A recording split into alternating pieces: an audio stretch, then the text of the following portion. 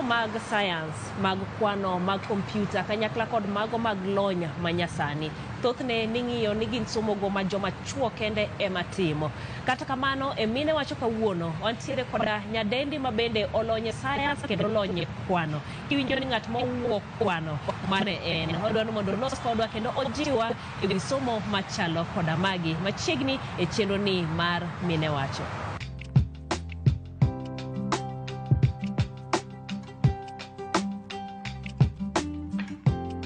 Erokamano Millicent mar bedo kodo e chenro ni mar MINEWACHO kendo warwaki kabisa. Mana kinyalo chako lerono matin ni to Millicent en ng'awa odongo e gwenge magi. Erokamano Jael, mokwongo kabisa aduoko erokamano maduong' kuom rwaka e chenro mar MINEWACHO odiochieng' ma kawuono niendi. Amor kabisa mondo abe awache e Ramogi TV kae. Nyinga Millicent Ochieng, an nyar Alego nitie e Siaya County kuom jogo makia. An nyar gweng' moro ni Komenya Kowala. An nyar Charles Ochieng to gi Pamela Tieno ma Imbo Nyamonye. E odwa wan ji 6 kendo an nyathi mar 4.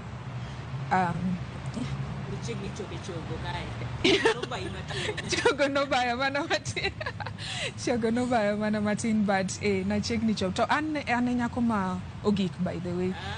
Koro ne wapangore mana nyiri koya first born, second born, third born to gi an fourth born ka kanyo to koro mama ochako nyuolo nyithindo ma yawuoyi, nyuolo yawuoyi 2 e bang'a. Koro to kanyo to isomo kuonde mage kinyalo chakonwa primary nyaka koro ichopo e mbalariany. An primary mara somo skunde mang'eny, dung koni gi koni. Nachako skul moro ni Usenge Township bende ni mana tiere Siaya County kanyo. Kasto mama wane dwa biro dak dala, koro ne waduogo kode kendo ne wadak Alego Komenya kanyo e skul miluongo ni Malomba Primary School. Kanye masome soma aparo klas 6 nyaka klas 8 to kanyo nasko max maber na yudo 325 manotera Rangala Girls. Koro danga wach ni Rangala Girls kae to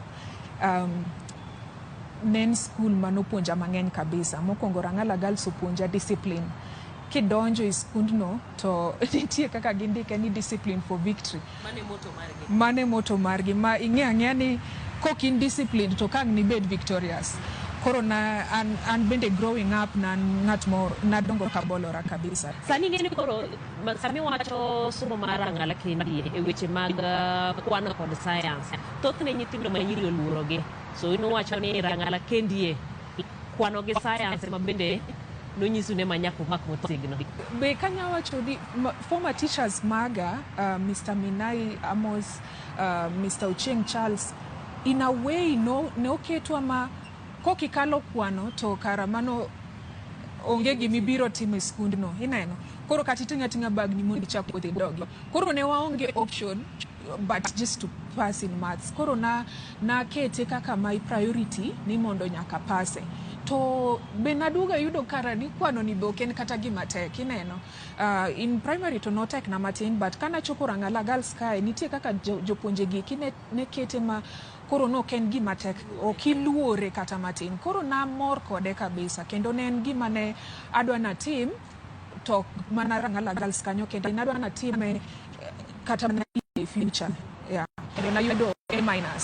Science is one of the subjects mana kale, mathematics giria yudo A. Koro being ni na kalo kabisa kwano nadhi ma ayiero course no ki an en course mar kwano nadhi ma yiere kenda to ne nobedo ignited with my passion for mathematics. Koro nawacho ni mae kama adwa ni mondo anadhi adonje. Ineno koro anakawo face ni kaka my face of exploration na kaching night no mang'e kaka bro connect numbers gi solving real world problems. Koro mae mana keto as my priority. Confusion ne ng'eny to na take mana positively kada wach ni Jael. Koro Moi University kanyo be natie matek kwanda makalo maber na 2018 kendo mana gi first class ekwano first class ekwano irito mano koro I graduate first class honors iwuoyo kwano kabisa to pod ithagri ni weche mag tich ere kaka niwuok kanyo makoro ichopo ni intiere Harvard kata Microsoft? Confusion kore kano dhi omedore bang' kasetieko. Mokwongo frustration bede nikech ayudo first class. Jok mang'eny mane otieko, mane watieko godo ma second class, upper, lower division gi, ji noseyudo tich te, an gi first class nani, pok ayudo tich. Pok adwa chako dwaro tich, to be moko kawuondi, an tije mane ji yudogo, an to nokawinj kane gimora. Koro nagocho ne dean marwa mar Moi University kuchocho. School of Biological and Physical Sciences. Angiso din ni din an pok ayudo tich to asetieko to ayudo first class. Atim nango. Dino nyisa ni Billy intang'e ni tije makae gi to nisega konano kiherogi. To adwa mi mana one advice. World Bank through a body miluongo ni IUCA umino ni Inter-University Council of East and South Africa. Nechiwo scholarship mar nyithindo matimo maber STEM. To STEM kae temise prove us gise itiyo maber. Koro kapar ka jogi nyalo tuoni scholarship. Jo World Bank gie kinde miyo ji scholarship under one condition. Ne nyaki wuoge country mari mi dhi some country mamoko. Koka mi full scholarship. Otherwise kisome I country mari to ok gimi. Koro bang' mano imagine 1 week kala ne ito jo World Bank gochona from Uganda ni Millicent in mewakwani e Kenya kae to ginene opportunities gi ki mag scholarship koro ne wamiyo mana nyithindo kabisa to ni yudo first class honors gi STEM kae be ibere koro in mawaka wie Kenya mondo wami scholarship ni Jael, for the first time na more ni na kalo kara na yudo first class. Ingeni first class nano na yude to note mo frustrate them. Note mo frustrate amatin. Koro na wacho ni gini kara ne dhi konya mana malich kamae. Koro ene momi yakata yudo scholarship maber nyindi. Jael na fundo gika. Ai ndege adi Rwanda. Ya artificial intelligence kai makora donje. Koro kae machako practice skills maga ma koro nitiere platform moro kanyo miluongo ni Kaggle kanyo ema wapuonjore mathoth about machine learning. Koro ing'eni kae to gima obedo valued kabisa to end skills gi practical experience. Koro nadhi ma a practice ma koro bedo close to expert intermediate. School wano nobedo partnered gi Harvard University. Kendo machine learning ni puonjo wagi professors mane Harvard University. Ineno. Professors wagi ekino miyo wa machine learning problem to solve. Ineno. Watimo practical. Antingeni nasedhi makoro practice koro nitiere kaka kiwango moro mane koro adhi amedora matin. Molo yani yes opunji e class but idwa ni medri e matin. Koro nasedhi medora ma isomo mbele mar mano ne kita chakre chon. Koro adhi agine jogi koro miyo wa practice professors magi Harvard University gi omiyo wa practical problem mondo wa solve machine learning. Na adhi atiyo matek kanyo mane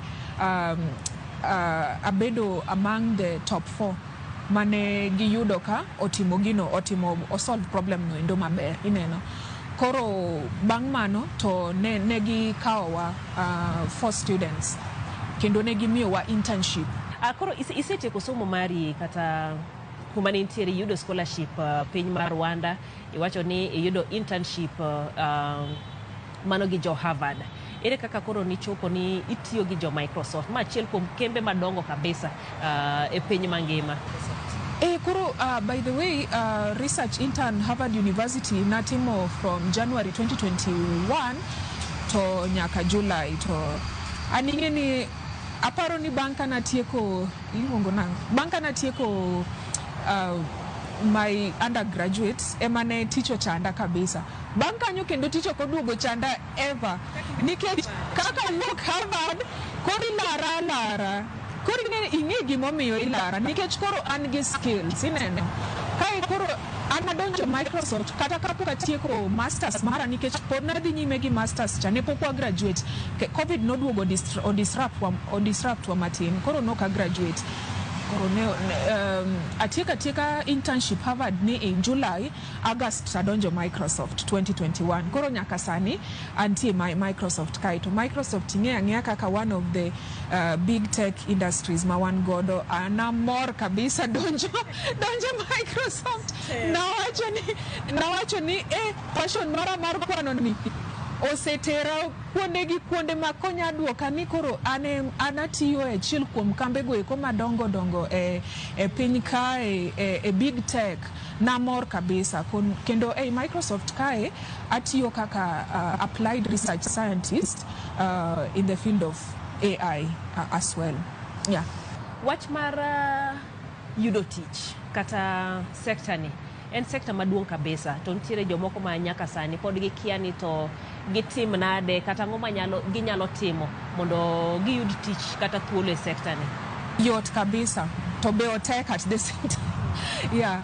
Koro Jael mokwongo ne winjore ni AI ni en aina tool ma watiyo godo e tech donge koro skills nyaka wabedgo mar technology to skills nyaka wabedgo mar AI nyaka koro skills gieki gin combination of computer science danga wachi to gi mathematics mago kibere to inyalo donjo e field mar AI nindi ere gimo idwaro computer science nikech wan gi programming moro matin ma itimo koro mano idhi mana yudo skill no kitiyo gore computer science. Number 2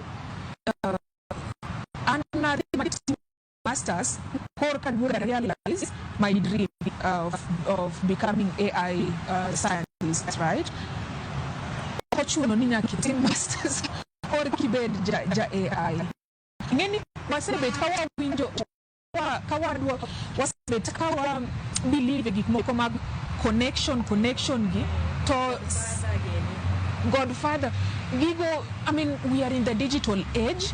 One LinkedIn account okibe yudo kanyo jo Kenya kende ibo yudo kanyo ji around the world ma are excelling in this particular field ineno nikech tech gimober go ni Microsoft tero no se yaonwa office kai kendo one gi professionals over 500 professionals Safaricom one gi engineers da okang ni wach ni okiyudo kata ngata chiele LinkedIn manya to kipenjo ngani ti yudo ka en ngat moro ma ok dwar wach nikech mago be wan godo idhi di kuom ngat machielo to kikasirika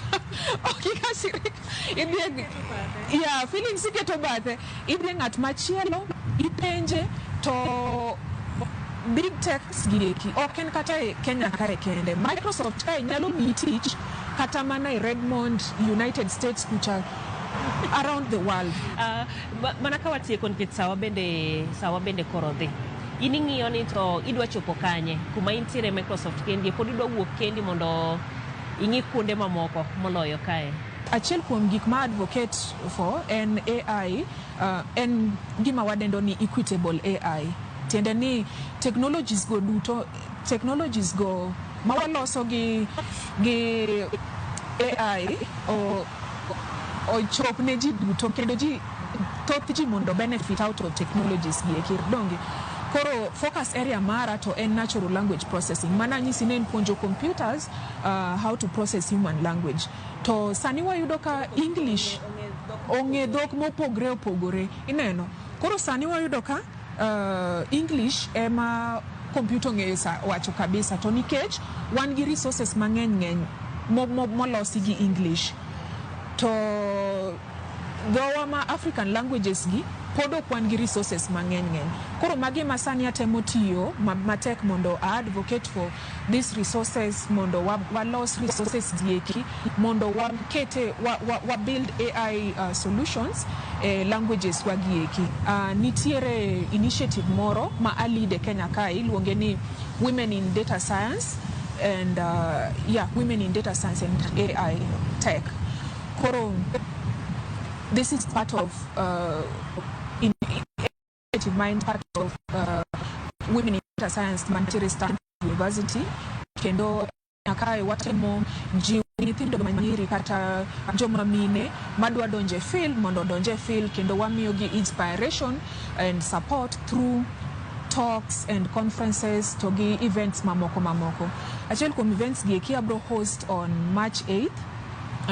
Mama no abro on International Women's Day, kendo arwako jawinjo wa madwaro winjo mathoth about tech mondo mi odonji kendo otudre kodwa e chenro ni endi.